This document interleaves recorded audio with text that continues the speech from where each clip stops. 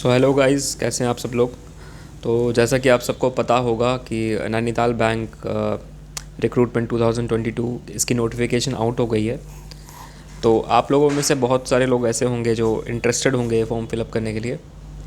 तो आप बिल्कुल फॉर्म फिलअप कर सकते हैं। It is a great opportunity to work in banking industry, though it is a private sector bank, but yes, opportunity is an opportunity.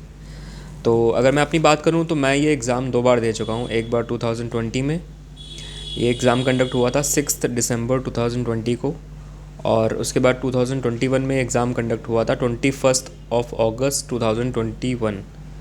तो दोनों बार मैंने ये एग्ज़ाम अटेम्प्ट किया था। दोनों बार मैनेजमेंट ट्रेनी के लिए मैंने ये एग्ज़ाम अटेम्प्ट किया था, और मेरा क्वालिफाई भी हुआ था सेकंड टाइम में। जो कि 2021 में एग्ज़ाम हुआ था वो मेरा क्वालिफाई हुआ था, बट मैंने इंटरव्यू के लिए अपेयर नहीं किया था। उसका रीज़न था कि जो इंटरव्यू की जो डेट थी वो क्लैश कर रही थी आरआरबी पीओ के मेन से। तो मैंने इसका इंटरव्यू छोड़ दिया था और मैंने आरआरबी पीओ का मेंस जाके दिया था, बट अल्टीमेटली उसमें भी सिलेक्शन नहीं हुआ था।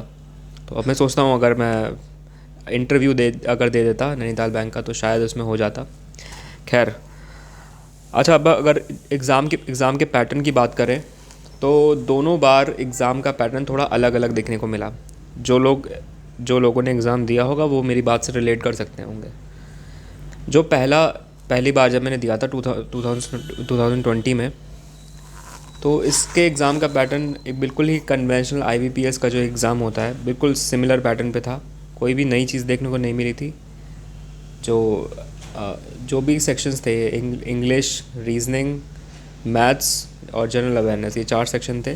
200 मार्क्स का पेपर था, और पेपर में वही normal puzzle, normal logical reasoning, normal data interpretation और कैसलेट डीआईज, और बिल्कुल सिंपल था, बहुत ज़्यादा कुछ नहीं था, एकदम नॉर्मल पेपर था। इसमें इसकी कट ऑफ गई थी 127 आउट ऑफ 200। और जो अभी पेपर हुआ था रिसेंटली 21 अगस्त को, तो उसमें जो कट ऑफ देखने को मिली थी 108 नंबर, 108.25 लगभग इतनी थी आउट ऑफ 200। तो इसका जो एग्ज़ाम था वो आईबीपीएस ने कंडक्ट नहीं कराया था, तो किसी और बॉडी ने, शायद उन्होंने खुद ने कंडक्ट कराया था।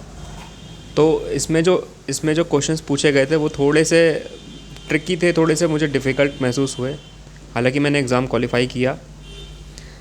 तो अब इस बार का क्या रह सकता है। इस बार हम कुछ प्रेडिक्ट नहीं कर सकते हैं कि क्वेश्चन पेपर कैसे आएगा, कौन क्वेश्चन पेपर सेट करेगा। नैनीताल बैंक खुद करेगा या आईबीपीएस को देगा क्वेश्चन पेपर सेट करने के लिए। तो we can not be sure about it. But ये है कि हम अपनी तरफ से जो बेस्ट हो सकता है, जो बेस्ट प्रिपरेशन हम अभी तक बैंकिंग एग्ज़ाम्स के लिए करते आए हैं, वो हम इसके लिए भी कर सकते हैं। हमें कुछ भी नया करने की ज़रूरत नहीं है। जो भी हम पढ़ रहे हैं उसको हम थोड़ा सा और प्रैक्टिस करें और रिवाइज़ करें। और एक चीज़ और बोलना चाहूँगा, इसमें जो कंप्यूटर अवेयरनेस पूछी गई थी, लास्ट टाइम से ये ऐड हुआ है और इस बार भी कंप्यूटर अवेयरनेस है। तो कंप्यूटर अवेयरनेस जो है वो बहुत डिटेल पूछी गई थी, बहुत अच्छे लेवल की पूछी गई थी। तो आप अभी जितना भी वक्त है, तो जितना भी टाइम है, आप कंप्यूटर अवेयरनेस को थोड़ा सा दीजिए। जो आरआरबी पीओ के लिए ऑलरेडी प्रिपेयर कर चुके हैं वो अपने कंप्यूटर नोट्स को और थोड़ा और डिटेल में उसको इन्हांस करके पढ़िए। वो आपको हेल्प करेगा अगर इनकेस आप ये पेपर देने जा रहे हैं तो। और अगर जनरल अवेयरनेस की बात करें, जनरल अवेयरनेस में भी दो पार्ट है। एक तो करंट अफेयर्स है और एक तो आपका स्टैटिक बैंकिंग वाला पार्ट है। तो जो करंट अफेयर्स वाला है उसमें भी कुछ खास इतना डीप नहीं था, नॉर्मल जो वन लाइनर्स होते हैं। अभी जैसे आईबीपीएस के जो एग्ज़ाम्स हुए हैं उसमें हमें ये देखने को मिला है कि बहुत ज़्यादा डीप में पूछा गया है। तो इट इज़ नॉट लाइक, अभी ये ऐसा केस नहीं है नैनीताल बैंक के संग में। करंट अफेयर्स बहुत ही सिंपल हैं, वन लाइनर्स हैं, ईजिली हो जाते हैं अगर आपने ठीक से पढ़ा है तो। और उसकी बात करें जो स्टैटिक बैंकिंग की, ये थोड़ा सा मॉडरेट देखने को मिला था। इसको आप ढंग से पढ़ के चाहिएगा। जो भी आपके स्टैटिक बैंकिंग में जितने भी टर्मिनोलॉजीज़ हैं और जो भी जितना भी कुछ है, जितने भी बेसिक नॉर्म्स और जितने भी चीज़ें हैं, आप इनको ठीक से करके जाइएगा। इसका भी अच्छा खासा वेटेज होता है जनरल अवेयरनेस के सेक्शन में।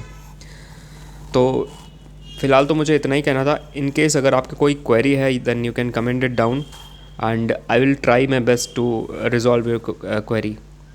So that is it, and do fill up the form because it is a good opportunity to enter into a banking sector.